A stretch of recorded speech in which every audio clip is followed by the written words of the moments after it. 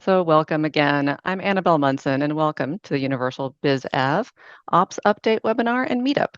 I'm your host and moderator for today's session. It's been a few months since I just mentioned that we got together, so I'm going to give us a chance to connect and catch up on a whole lot of topics, obviously operationally oriented. All right, let's go ahead and get into things. Today, we're diving into an operational overview focused on three regions, the Caribbean, Mexico, and Central America's peak season area. So since that's going to be ramping up really soon around the holidays and New Year. And okay, can you believe I'm actually talking about holiday travel right now? Wasn't it midsummer like 20 minutes ago or so? Next, we'll also take a look into what's happening in Europe, some keynotes there, as well as a dive into things in Asia Pacific. Our experts will be sure to provide specific emphasis on high traffic events for both Europe and Asia Pacific, since those events can often be guilty of impacting your trips far in advance, even if you're not directly engaged in attending the event itself. Our special segment today is a deep dive into what you need to be mindful of right now on the regulatory front, with an eye on staying flexible and mission ready for whatever comes your way. And of course, your questions are going to round out the content for today. Let me introduce you to the panel of experts that's going to help us navigate today's topics. We're happy to have Christine Van Backus, Senior Account Manager for Charter Services. She's with us again today. Christine's going to offer up insightful and actionable info to help us stay on top of trip planning ahead of the next peak travel season. She'll focus on the Caribbean, Mexico, Central America, and Europe. Joining us as well as Adriel Wilson, a repeat panelist. He's account manager for Charter Services. Adriel is going to cover Asia Pacific for us today and specifically touch on those high traffic events. Moving on from Adriel, we're going to have Adam Hartley, Product Manager for Trip Support Services and Global Reg Services.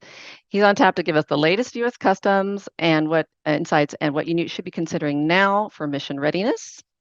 Going to do a deeper overview across a range of items, as well as I believe we're touching on reimbursable services program. We're going to have an update there as well. And not to forget, we're going to round things out with Juan Munoz, our lead global regulatory specialist. He's going to specifically touch on everyone's favorite topics, EU, LISA, and ETIAS in particular. So welcome all. And before we jump into things, I did want to go ahead and launch a poll, give you guys a chance to engage, give us some feedback. Since in particular, and I'm going to go ahead and put this up on the screen, we're going to be talking today about some of the voluntary regulatory programs that you may be participating in. I wanted to get your temperature to see how many you might be engaged in yourself. So if you take a second, do a quick click, let us know. You can select more than one for the poll. So I'll give that a couple of seconds to run. Appreciate everybody's participation. It's like a race to the finish. I love seeing everyone respond. Oh, great. Definitely a lot of border overflight participants in this group, like huge number. All right. I'll give that a couple more seconds. Thanks for joining in on that. I'm going to share that with you all in just a moment. All right, great. And here we go. Let me start collating those results. Ooh, bit of a lag. Hang on, give me a sec. There we go, got it. Should be seeing the results come up on your screen now. Great. Like I said, border overflight exemption is the big winner today at over 94%. So most of you are taking part in that program. So some other key pieces of info there just to share, give you a perspective on what your other operators are out there taking advantage of. I'm sure Adam will have some perspectives on all of this a little bit later. Okay, so let's move ahead. And as tradition dictates, we need to start off with Christine Van Backus. Welcome back, Christine. Good to have you. Thank you. Glad to be here. Can you give us some perspective on what's impacting operators right now? All right. So as everybody is breathing a sigh of relief, can't speak today, with the the Mediterranean kind of closing down for the season, being that we're at the end of September, we are looking at the next peak season that's going to be coming up, and that's going to be for the Caribbean, Mexico, and Central America. So things are starting to come in as far as requests. We see the peak really take place between November and January, the first of the year, for operators going down there. The things to consider here, these locations are all strapped for parking. They're very high demand locations, such as St. Martin. You got Mike Sierra Delta. You got Costa Rica, both locations. So if you are looking to travel to these locations, if you have any schedule, it's good to go ahead and get that in. And the reason is the earlier you get those requests in, the higher the chances are to get the parking. Just as with any location, it's first come, first serve. So you want to consider that. Places like Costa Rica, Mike Romeo, Oscar Charlie, they do require PPR for parking. It does get difficult during the winter season because in addition to a PPR, they also have the airport slots for arrival and departure. So you want to get those all in. The other thing to consider is that hotels and transportation will be in high demand for those locations, especially for hotels. A lot of them require a deposit. So you want to stand by to get the answer for the parking before you make that commitment for that money. The other thing to consider for this region, and this is for charter operators, is blanket permits. If you have them, if they're close to expiration, or if you don't have them, the ones that are available to you, you want to go ahead and get that in place. You have the Mexico blanket permit, obviously, but the other two locations to consider is both the Bahamas and Cayman Islands. Got it. Thank you, Christine. So what else should operators be keeping an eye on for the next few months? So as traffic is moving to that region, there still are events that are going to be taking place in Europe over the next few months. So if you have aircraft looking to go there, your principals are going to be attending these events. You want to have those requests sent in because they are high demand events. The first one is going to be the Ryder Cup, taking place from September 29th through October 1st. This is taking place in Rome. Airport authorities have already said that they are going to be receiving high traffic. ATC has already advised that they're going to be receiving a lot of requests and there will be congestion. So if you're looking to travel here, you want to get those parking requests in. Slots are required for Rome. In addition to that, consider that Rome has a restriction for 56 movements per day. So if you meet or if you exceed those movements, you won't be able to travel in there for that day. And as with all other events, hotels and transportation are in high demand, so you want to get those in. But the one particular thing for Rome is that if you are attending the Ryder Cup, your principals are, you want to make sure that the airport knows that because they will allocate your request as a higher priority versus other requests that are coming in. The next location that's going to be having an event is Paris with the World Rugby Cup. It's actually taking place right now with the finals going through the end of October, October 28th. As we are nearing the semifinals and the finals for the event, things such as high traffic, for congestion in the city, hotels and transportation will be in high demand. The airport, Le Bourget, which is the one that accepts the GA traffic, is already requiring airport slots for those parking requests. So you want to get those in. You want to brief your principals on what the availability may be. And if parking does run out at Le Bourget, the other airport to consider is Lima Fox Alpha Quebec, which is about a 2.5 hour drive from the city center. Then we have the Davos taking place in Zurich in January, the 15th through the 19th of January. Zurich, obviously, right now is going through some construction, which is due to end at the end of the year. But I'm mentioning that because you never know if there are going to be delays that may affect parking with that. Operators are obviously putting a request for this. As with every year, it is in high demand. So if you haven't had those requests come in, go ahead and put those in. The likelihood of last minute parking is going to be obviously very slim because other persons have put in those requests earlier. But if you do have passengers that are speakers at this event, you want to get that information known to the FBO because they may be able to allocate some space for you. If parking is not available in Zurich, your two alternate locations to consider is Echo Delta November Yankee and Lima Fox Sierra Bravo. And then the last event I wanted to point out is the mobile World Congress. It's taking place in Barcelona at the end of February, the 25th through the 29th like I said, Barcelona. The airport does require airport slots. Parking is at about 40 spots for aircraft. So over the last few years, we've seen a lot higher traffic go in there. So if your operators or your principals rather are looking to go in there, you want to get those requests in. It is becoming a higher demand location. So we have seen cases where parking does become an issue. And in those cases, you want to consider Girona, Lima Echo Golf Echo. Got it. All right, Christine, thank you for the high traffic overview. All right, I understand as well you've got some insights to share about London-based ops in particular. Can you bring us up to speed on those?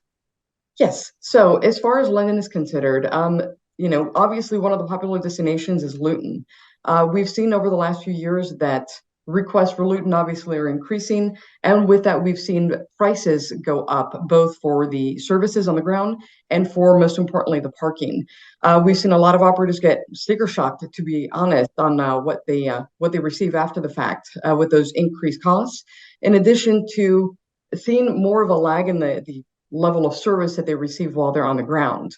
So we wanted to point out another airport to consider, and that being Stansted. It's both airports are about the same distance from the city center. Stansted doesn't have the strict night slots that Luton has. Parking is ample, and we've done some pricing comparisons in recent months, and there are operators that are seeing over 60% discount in cost if they're looking at Stansted versus Luton. Something significant to consider for sure if that's a popular destination for you. And finally, I think you have an update on security clearance for departure procedures, also of particular importance to operators that frequent the UK. So for operators going to the UK, there is a security procedure, and this is for the whole UK, when you depart out of the country. So for charter operators, the limitation on when the security procedure for departure comes into play is going to be 10 metric tons. Now, the peculiarity here is that for Part 91 operations, it's required if the max takeoff weight for that aircraft exceeds 45.5 metric tons. The procedure in general takes about 10-15 minutes. It's done through a private company that has to be arranged in advance. Now, about 9 or 10 months ago, Civil Aviation wanted to review the process as it pertains to 91 operators because this really affected a few aircraft types, specifically the Gulfstream 650ER and then the Global Express. And specifically, it's because both of the operators have a process where they can reduce the MTOW in order to avoid this process. So Civil Aviation wanted to review that process because they wanted to make sure that it was in line with what they wanted. As of yesterday, they announced that they will continue to permit this process to proceed from now on, and that is official. The communication for this is going to be slowly going out to all the airports and the FBOs, and we expect that to complete by the end of the year, but we've been told that you can do that from now on. So if you're looking to operate to the UK with a G650ER or Global Express 7500, you want to make sure that you have those processes in place. Both manufacturers have a very clear process on how to do that.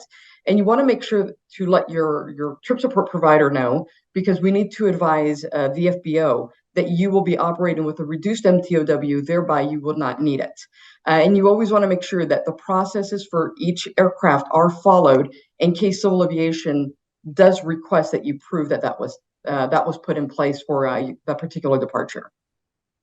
Got it. All right, Christine, thank you for that very detailed update. And I do want to give a shout out, even though he's not here. I know that Jason Hayward with our Universal Aviation UK office gave you that update just yesterday after he had the meeting the same day to get all those details nailed down. So really, And as usual, we're one, leaning on our experts in the field. Yes. one clarification I did want to mention because I just saw a question pop up. I did mean Yeah. the Global 7500, not the Global Express. So sorry about that. No. Thank you for the clarification. And this is exactly what we want the chat for. Keep the questions coming in. All right. Thank you, Christine. We're going to give you a breath for a moment, and but you're going to stay with us for questions. You're not getting away. All right. From here, as much as you'd like to, Adriel, I'm going to come to you next. So let's go into Asia Pacific. Welcome, Adriel. It's good to have you back. Can you give us a refresher on the latest from the Asia Pacific region? You can start us off with news from China. Yeah, China is still dealing with a large influx of international travel, which has resulted in airport congestion and parking challenges throughout the country. The airports around Shanghai and Hangzhou specifically are very congested. And as a result of that congestion, we've seen airports such as Pudong advise that schedules and manifests must be confirmed at least 24 hours in advance without revisions. Other airports do not have clear requirements yet, but it is our recommendation that the same standards be applied throughout the country. Also, due to customs reasons at Pudong, international fuel agents are currently unable to provide fuel for domestic legs. So if you have a domestic departure from Pudong, we recommend that you contact your fuel provider and reconfirm that their ability to provide fuel for those domestic departures. Also, to prove that not all of our updates are operational challenges and bad news, there's two positive updates. One, China has recently removed its limitations on the number of stops that foreign operators can make within the country before being required to leave. And then two, as of August 30th, inbound travelers are no longer required to take a COVID pre-entry test before arrival. Nice. Thank you, Adriel. All right. And can you next give us a look at the high traffic or notable events in the region that may have an impact on BizAv travel? Yeah, there's several high traffic events coming up for the APAC region, mainly focused on Japan, China, and India. Starting out September 22nd to the 24th, the F1 Japan Grand Prix is in Nagoya. And then the MotoGP of Japan is coming up on September 29th through October 1st. So expect parking in and around Tokyo to be constrained throughout the rest of September into October. To go along with the several high traffic events in Japan, they have announced that they're considering ending their per day cap on international arrivals and the requirements for all tourists to enter via groups starting in October. And then after that, September 23rd through the 8th, we have the Asian Games in Hangzhou. And then October 5th through the 19th, we've got the ICC Cricket World Cup final in India. And that'll be taking place all over India. So you're going to see parking and traffic restrictions in all the major airports throughout India pretty much through that period. And then this isn't so much a high traffic event, but something that did just come up this week. Airspace closures are planned for Kuala Lumpur and Singapore FIRS due to military exercises between October 8th and 18th. Most notably, this will result in the closures of both of Singapore's airports to all non-exercise aircraft on the 11th and 17th of October for certain time windows. And so if you have a trip in the region, please reach out to your provider to see how your flight routings or schedules at those airports may be affected. Got it. Thank you, Adriel. And I just got a note that said I may have accidentally skipped you in my excitement to get things started today in terms of introduction. So just in case, hope it's not redundant, but I wanted to be sure, Adriel Wilson is a frequent contributor for us. So he is back and, as you can tell, giving us the Asia Pacific 411. So always appreciate it. Thank you, Adriel. All right, I'm going to move on from Adriel now. Thank you again, but he's going to be with us for questions. So hang on, he will be with us to the end.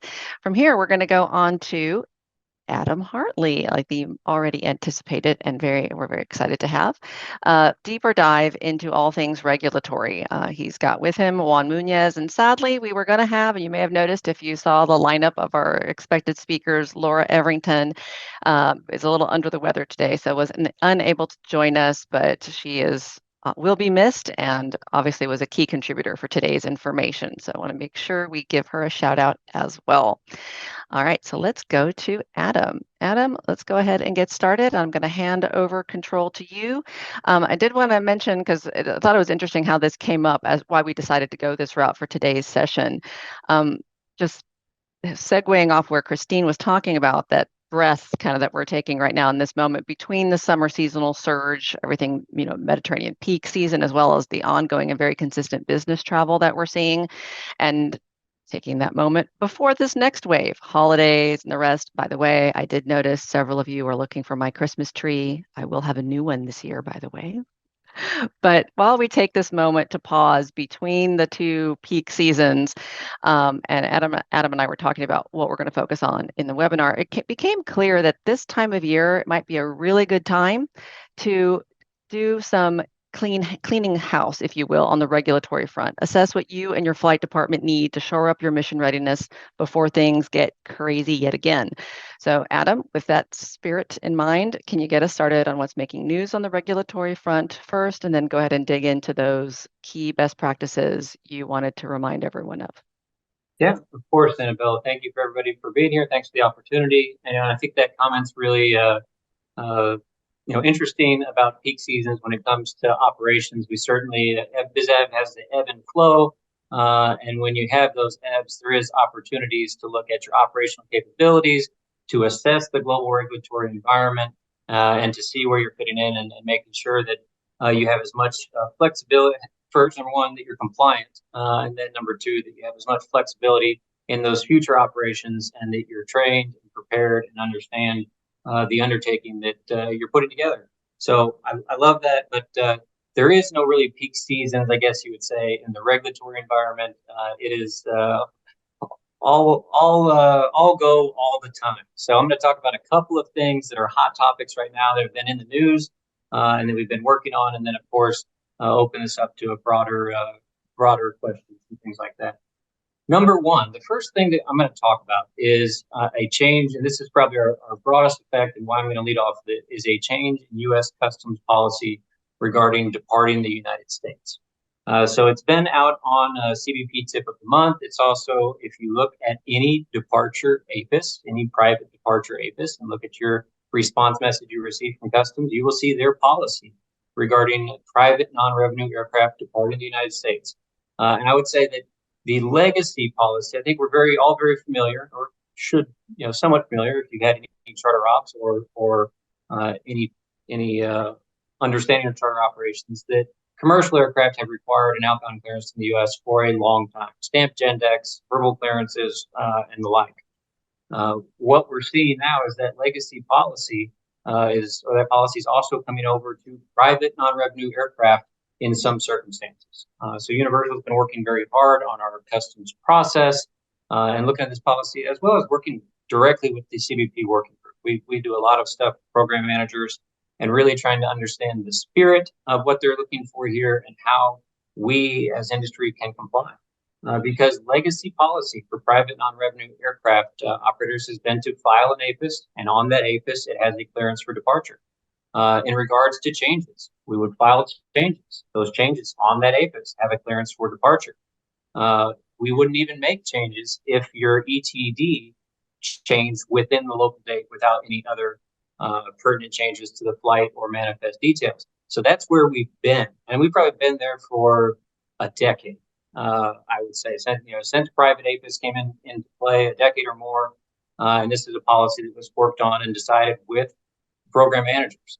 But they're getting a lot of pressure, and there's a lot of eyes around business aviation, around private jets, around these departures. And basically, CBP has been given the directive to get more in touch with private aircraft departing the United States. So what does that mean? That means that if the legacy policy still applies if you file APIS one time and none of your details change, and it's within plus or minus 60 minutes. So you have a plus or minus 60 minutes tolerance, as well as no other changes to your flight details. So that's tail numbers, call signs, aircraft types, anything like that, or manifest information, right? Add, change dates of birth, change passport numbers, drop passengers, those types of changes. So if you file once and nothing changes, you're good to go. If you make a change after you have filed your initial APIS and it is outside of that plus or minus 60, if there have been modifications to conveyance data or changes to the flight information or manifest information, you must, number one, retransmit APIS, and it has to be at least 60 minutes prior to departure. So no last minute changes. Hey, this guy showed up. I'm going to refile my APIS and we're going to go. You have to refile your APIS with the correct manifest 60 minutes prior to departure. In addition to that, you have to contact your local or supervisory CBP port and cancel the original flight clearance. So that original APIS is your original flight clearance, and communicate that there have been changes made and obtain an outbound approval. That's a big change. I want everybody to take a deep breath. All these private operators who have been able to file an APIS and go for a long time, that is a significant change. So we don't want to underplay that. I understand how that feels and what that changes to the way that you think you can operate your private aircraft, but it is a point of emphasis for CBP that they may be making clearances, so they may want to see you in person and clear you as a private aircraft, make in-person clearance, and the other side of it, they want to have good information to be able to make interdictions. So the bad guys, the people who are not making proper contact with CBP, or they're filing APIS and then leaving 10 hours later, that kind of stuff. This is really giving people a much better idea of where those private aircraft are and when they intend to leave and who's going to be on them. So it's just a much tighter compliance policy.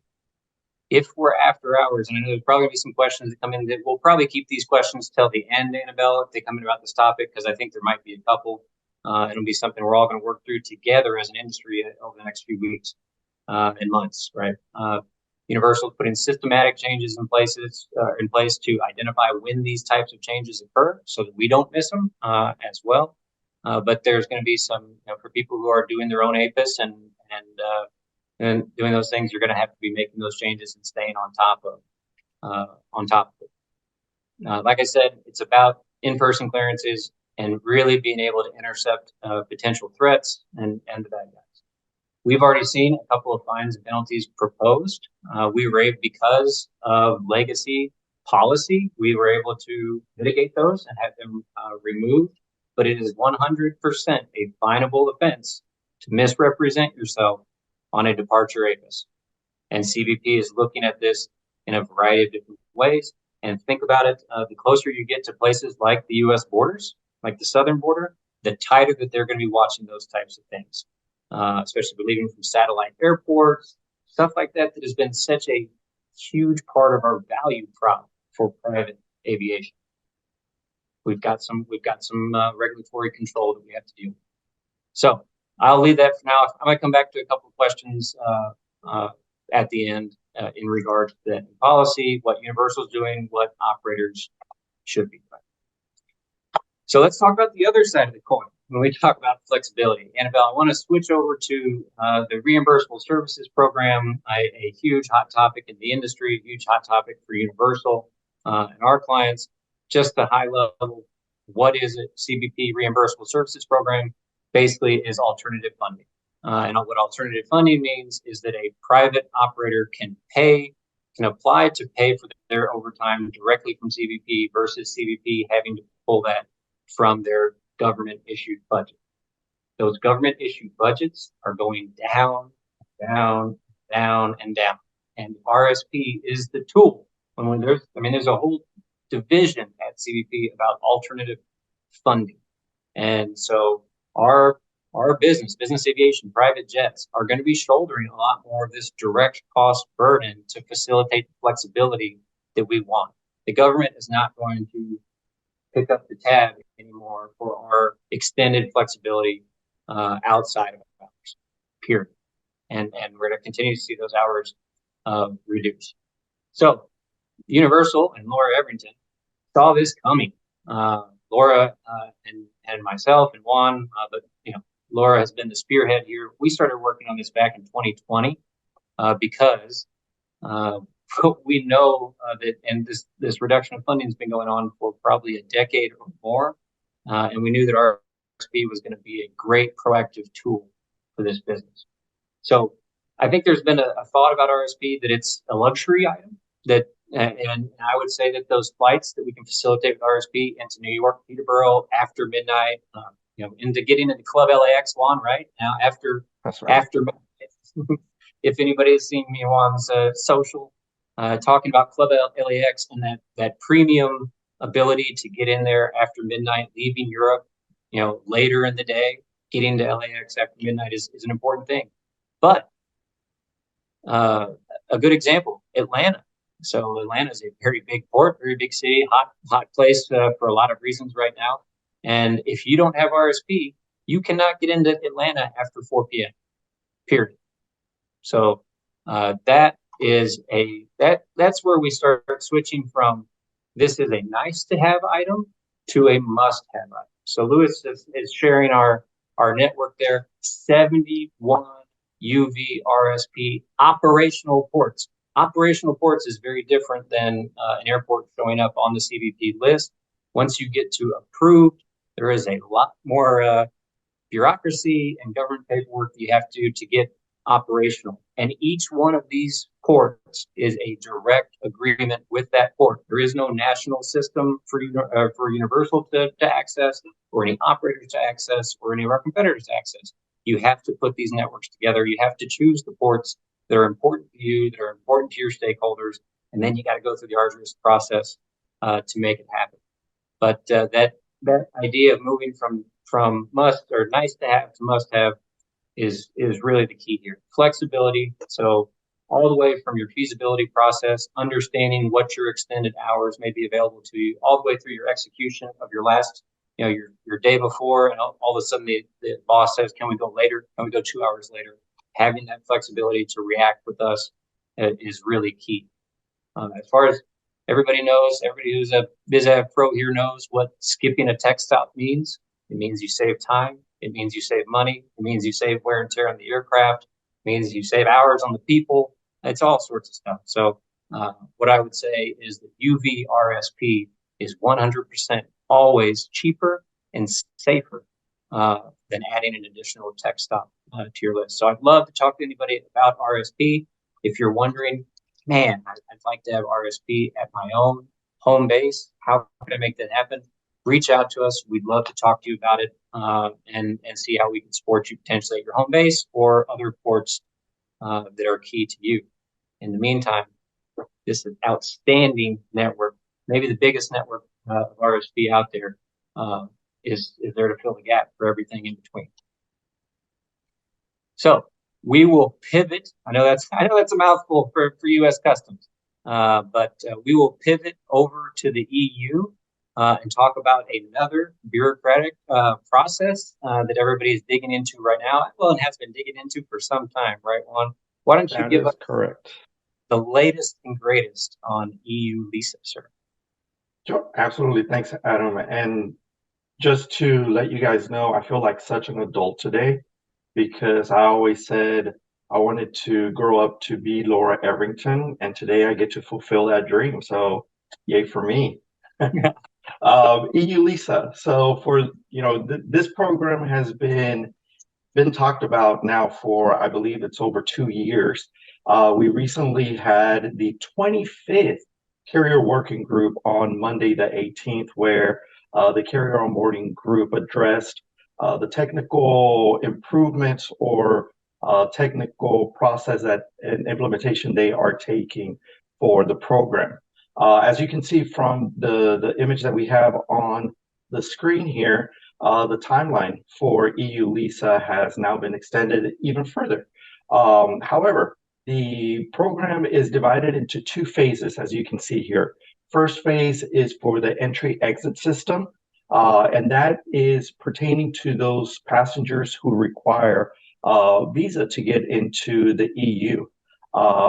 We were told before that the ETIAS program, which is the applicability for visa-exempt passengers, such as U.S. citizens, would follow maybe 3-4 months after the implementation of EES.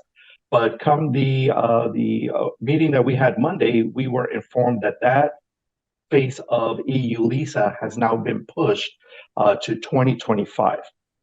So again, we're in that continuous rolling of applicability dates. However, ongoing is the registration process. We are encouraging operators to still register with EU LISA to obtain your carrier submission identification number and be ready for when this program kicks off.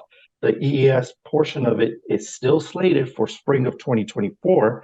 We'll see if they keep their word, but it is still going to be implemented as of now in spring of 2024. So we want to ensure that operators are registered as soon as able. As far as what Universal is doing, other than providing that registration guidance, that registration process for you all, is that we are actually now working on the system-to-system implementation internally with the EU LISA Carrier Onboarding Group. What this means is that Universal will probably begin its system testing late this year, could be late October, November, around that time frame, where we are connecting our system to the EU LISA system for that instantaneous process of submission of information. So although the program itself won't begin until spring of 2024, our system will be connected hopefully by the end of this year. So immediate action on this, what I would suggest is get with us so that we can do this registration process with you. And from there, you'll be ready to go once this program kicks off.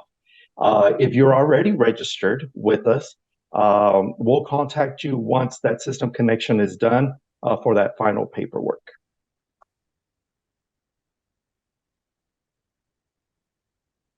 Adam? Thanks, Hi. Juan. We're getting Mhm. Adam back on in just a second. Thank you. Oh. And Juan, you're doing an incredible impersonation of Laura Everington, if I may Oh, say so. awesome. All right. Thanks again, Juan. We'll bring Adam back on. Yeah, Juan's actually Juan's gonna stay. We're gonna stay in the EU, and That's right. Juan's gonna talk to us a little bit about Portugal carbon tax as well. So Juan, why don't you give us our update on Portugal carbon tax, what it is, and where you that. And this is where the lower part comes in, right? So yeah, Portugal carbon tax for the EU tax obligation.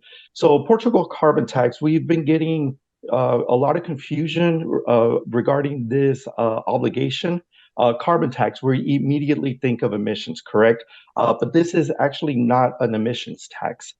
This is a carbon tax just for Portugal. It's a passenger duty levied by Portugal ANAC for flights departing from Portugal or its territories. Universal, we're working on finalizing a solution to represent operators and pay these dues on any TSS missions that we are managing on your behalf. Once operational, we will be able to retroactively address any fees from Portugal carbon taxes from July 1st of 2023, which is when the program actually went into effect. Portugal's ANAC they've given us as industry, not just Universal, but they've given us a grace period for aircraft operators to set up a solution, and that's what we are working towards. A note of caution here is that registering with ground handlers in Portugal has a subscription fee for fiscal representation and power of attorney documents that can be challenging in corporate structure. So if you already have a solution for it, great. But we are working on that to kind of give you guys an alternate solution instead of doing the ground handler approach to the carbon tax payments. We will have more information to come very, very soon. So be very aware of that. Awesome. And back to you, Adam. Thank you, Juan. I will stay in the mostly in the EU here to wrap up as we move towards the end of this presentation, Annabelle. I just wanted to give a quick update about global emissions and sustainability. You know, I can't get a group of people together like this without talking about global emissions and sustainability. It's a bad habit of mine. But we have a global emissions sustainability specific webinar coming up on October the 4th. So Annabelle is going to be sending out, and our marketing team will be sending out invites to that. So everybody who's a Universal client and subscribers obviously going to get invited to that. But we want to really kick off our reporting season for 2023. It's starting earlier and earlier and earlier. More programs. So now we're dealing with UK ETS as well as EU ETS. Corsia is getting started in a lot of countries. Swiss ETS is rolled in there. So we're starting our process earlier and earlier to try to stay ahead of things and give operators the opportunity to make those fleet updates, flight data updates. Let's talk about that stuff early on before we have any issues pop in, right? Or any issues show up when we have a deadline bearing down. So reserve your spot for October the 4th. Our reporting season is underway. Anybody who's currently been receiving lots and lots of emails from the UK Environment Office about UK METS, METS, Universal has been in touch with them. We've got it well under control. We will be, so this is a transition from the old emissions portal in the UK to a new administrative emissions portal in the UK. And so there's going to be some back and forth with Universal, our clients, aircraft operators, and their primary contacts to move everything to this new system, reassociate all of the players, all of the authorized reps, all that kind of stuff, and then rock forward. All of that mandatory stuff spills out into sustainability, spills out into voluntary carbon offset opportunities. whether you're too small to meet UK or EU ETS requirements, and you're doing you're not doing mandatory offsets at all, or you're taking part in those programs and offsetting a very, very small portion of your operations.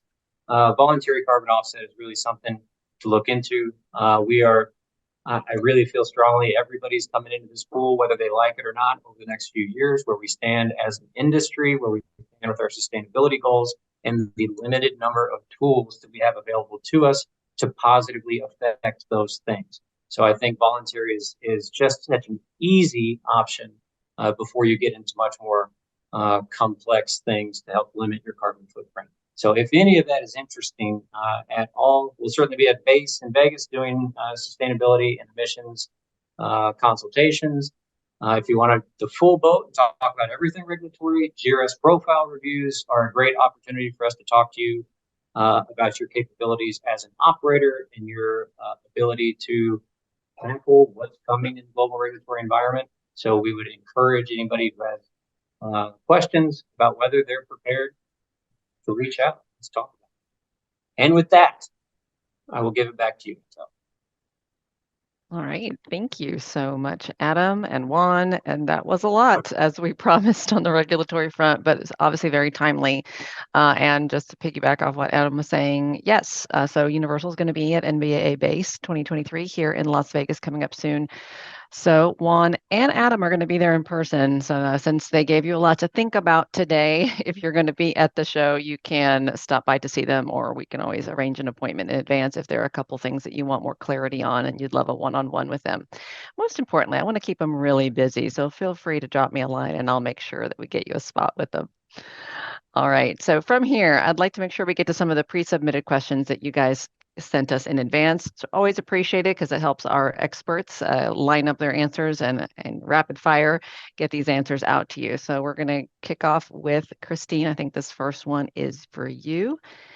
All right. So this is about Brazil. So an update on Brazil visa requirements for U.S. citizens and crew and how to obtain. So Brazil, their requirements have remained the same. As it pertains to U.S. crew specifically, as the question went, as long as they have their ATP license or the government license and be on the gen deck and they're active on the flight, no visas are required. The question does come in when you have a flight attendant or another person on board that is notated as a crew, but they don't have a government license. In this case, it's always recommended that these persons get a visa prior to entry, because upon arrival, it's at the discretion of the agent if they're going to permit the person to enter without a visa or not. So just go ahead and get it. But those regulations haven't changed. Got it. Thanks, Christine. Appreciate it. All right. So from here, we're going to move on to a customs question. So I think we're going to toss this one to Adam. All right. Hi, Adam. All right. U.S. Customs, this is an observation from an operator and then their question. So they've observed U.S. Customs different procedures taking place at both KTEB and KLAX. At KLAX, the clearance was done on board via an iPhone. It was excellent and very expeditious. And then while at KTEB, also expeditious, only requiring a face scan and a passport check at the FBO. So here's where the question rolls in. What are the different CBP field offices doing, and is there any consistency, or what can we be expecting? Well, I think it's great that we're seeing those handheld devices stateside. So those were all dated at your pre-clearance locations. So Aruba and Shannon have been working on those processes for CBP for some time. So I love the fact that somebody is saying, hey, Teterboro has a handheld device that they're using. This is available only for U.S. citizens, number one. So nobody's going to go through facial recognition clearance or handheld clearance and while processing what we used to call U.S. visit. But visa holders are not going to be able to take advantage of that process. But it just shows that CBP is continuing to try to bring in more technology to enhance the clearance process. Does that mean that you can now reach out to Teterboro and say, hey, when I clear there tomorrow, will I be able to clear on board? No, and we're not going to be able to make those types of requests or anything like that. But it does show that if you had somebody on board who had a physical disability or something like that, or you were dealing with air ambulance or something, these are great tools that CBP is using to speed up that process and be able to conduct those clearances plane side on the aircraft that type of stuff. I think it's going to be moving towards trusted traveler and those types of things, but obviously those are future applications. Got it. Okay, thank you for that. And then, so Adam, I think this one we're going to toss your way as well. So this is actually a request from one of our audience members. Someone's recently started a new job as an operator where I'm going to be scheduling a lot of international trips, but they come into this new job without a lot of previous international experience. Do you have any advice for someone new to international trip planning? We kind of huddled on this, and I think the two things we came up with were training and networking. And so I'm going to leave the training piece to one of our excellent trainers, Juan Muniz, and just talk about that first, and I'll come back and talk about networking. Yeah, so training, Universal does offer two types of trainings. We have our Essentials in Scheduling and Dispatch course. It's a 2-day course that we have virtual. The next one will be November 14th and 15th, where we cover a vast amount of information from regulatory updates, things going on around Europe, South America, Mexico, etc. Regulation-wise on the first day, and the second day is more of a technical review and training where you discuss flight plans, weather, slots, a little bit more on the operational side.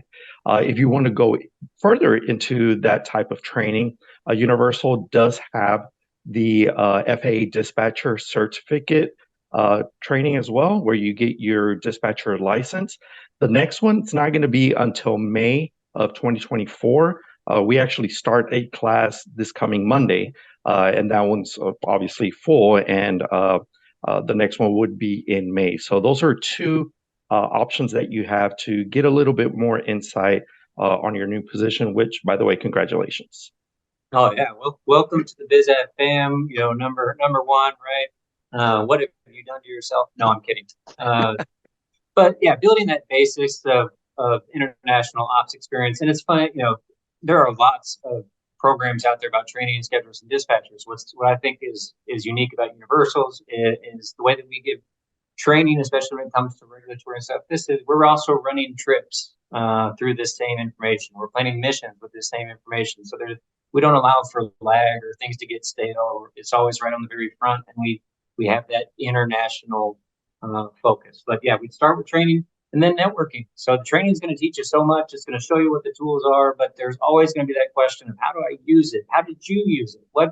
When did this come in handy? So building that network, albeit based on a panel with I'm an old pro now, but some of the Yo pros talking about networking and how to build the people around you.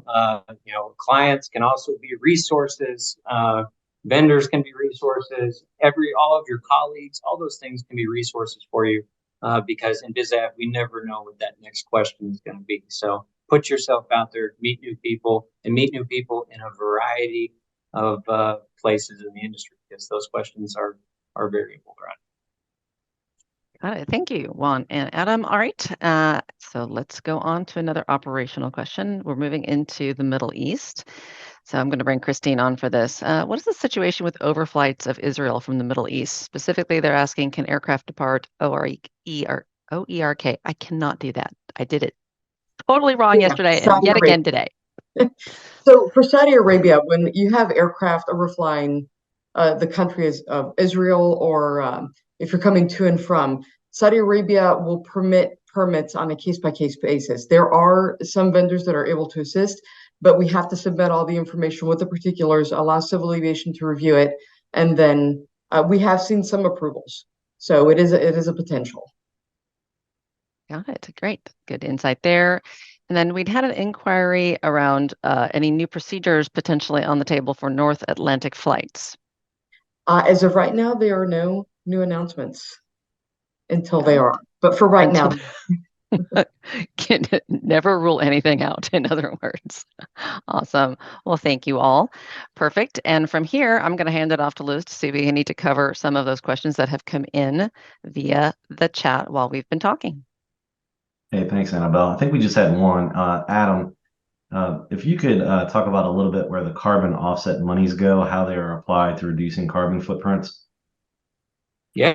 Hey, so on the mandatory offset market, our money goes into a giant hole at the general fund of the member state that you are assigned to.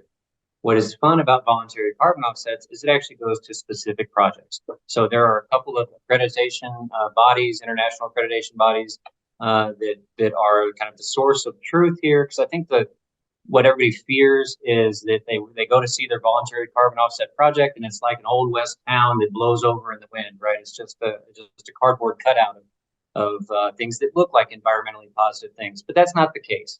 Universal support or sources are voluntary carbon offsets through a 501c3. So going through the nonprofit space, we rely on them to do a lot of the vetting of these projects. All of that vetting is posted publicly. So if you go to purchase from a project, you should request the specific rundown of when it was accredited. Have there been any updates lately? Have there been any site visits? All of that information is available from our supplier, which is one of the reasons I went with them. And ultimately, at the nonprofit level, there's a level of altruism as well that wants to support the positive things. But I would say that do your research and that request the details of the project. Any project that's worth anything will have a lot of paperwork and official accreditation to go with. Great, thank you.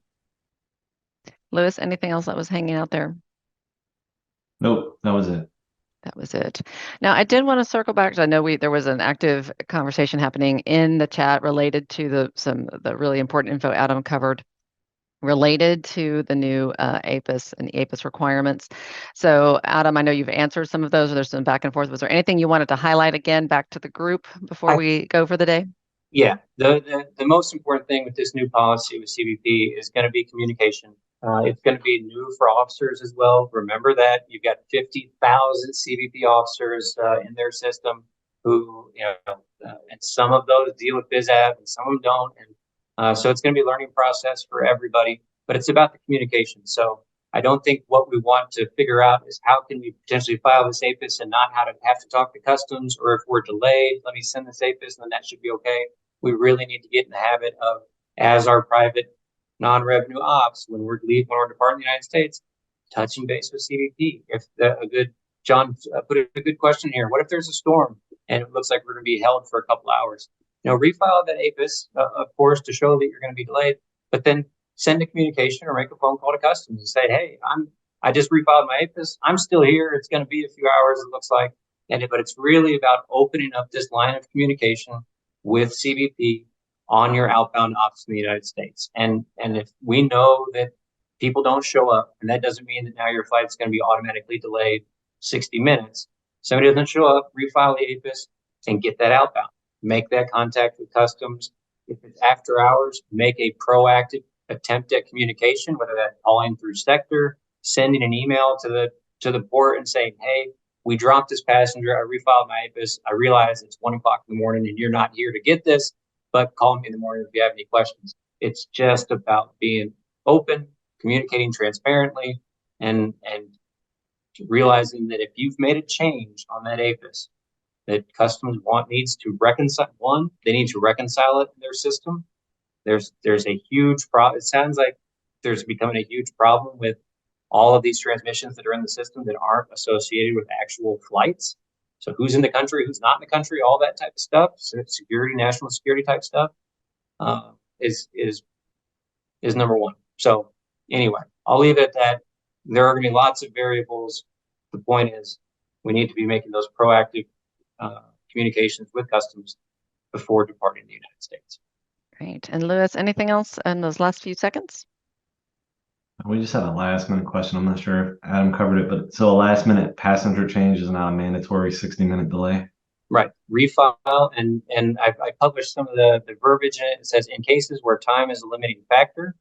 And time is a limiting factor because your schedule says it's time to go. That doesn't, you don't have to prove why it's ASAP. Schedule says it's time to go. Request manual departure clearance for the amended flight. That is your contact to customs. That's your email. That's your phone call. That's what that means. So don't take a 60-minute delay.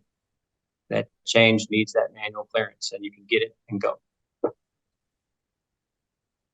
Great. Thank you. Well, thank you, Louis, for those. And thank you, Adam, for circling back on that topic. And I know we had a request in the chat as well to find out if we have anything published yet on this. It's not yet, but I know that we'll be looking to include that. Like I mentioned before, our Operational Insight blog, that's where we go in depth on these topics. I'm sure we'll come up with, be documenting this really soon, at least as its current state. And as it continues to evolve, look for updates. So stay tuned for that. As far as private, we're talking about the private outbound.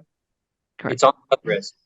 If you have filed an outbound APIS, look at the response message you've received from customers. So it's all it is public. It's This is published there. Look at the APIS. I quoted some of it here, and we'll be putting some of that up on the. I think I'll work with Louis to get some up on the blog as well, talking about our process. But yeah, it's on the CUSRES. And it's also, I believe, was it the March 2023 tip of the month that was being sent out as well by Customs and Border Protection?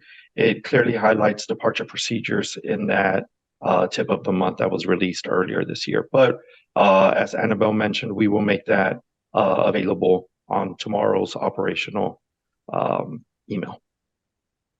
Great. All right. Well, thank you. First off, as always, thank you to our panelists and thanks for sharing your insights with the group. And then let me get myself organized here. My screen just went a little haywire. All right. So let me bring myself back up on screen for everyone. But as we close out, I want to thank you all for your time, of course. And as a reminder, we are going to be at NBAA Bay, so definitely look forward to seeing you there if you are able to join us. We'll be in the central hall, so we're going to be in the indoor exhibits. We are not out at the aircraft display, but we look forward to seeing you if you can make it over. Adam mentioned we have several panels, absolutely. So if you're one of our clients, you'll be getting lots of information on all the exciting things we have coming up at the show. So definitely connect with us there.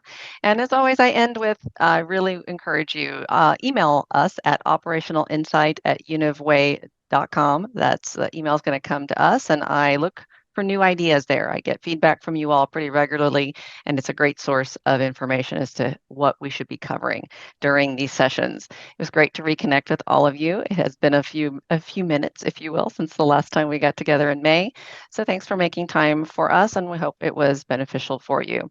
Look forward to seeing you again, probably the very beginning of the year with lots more info.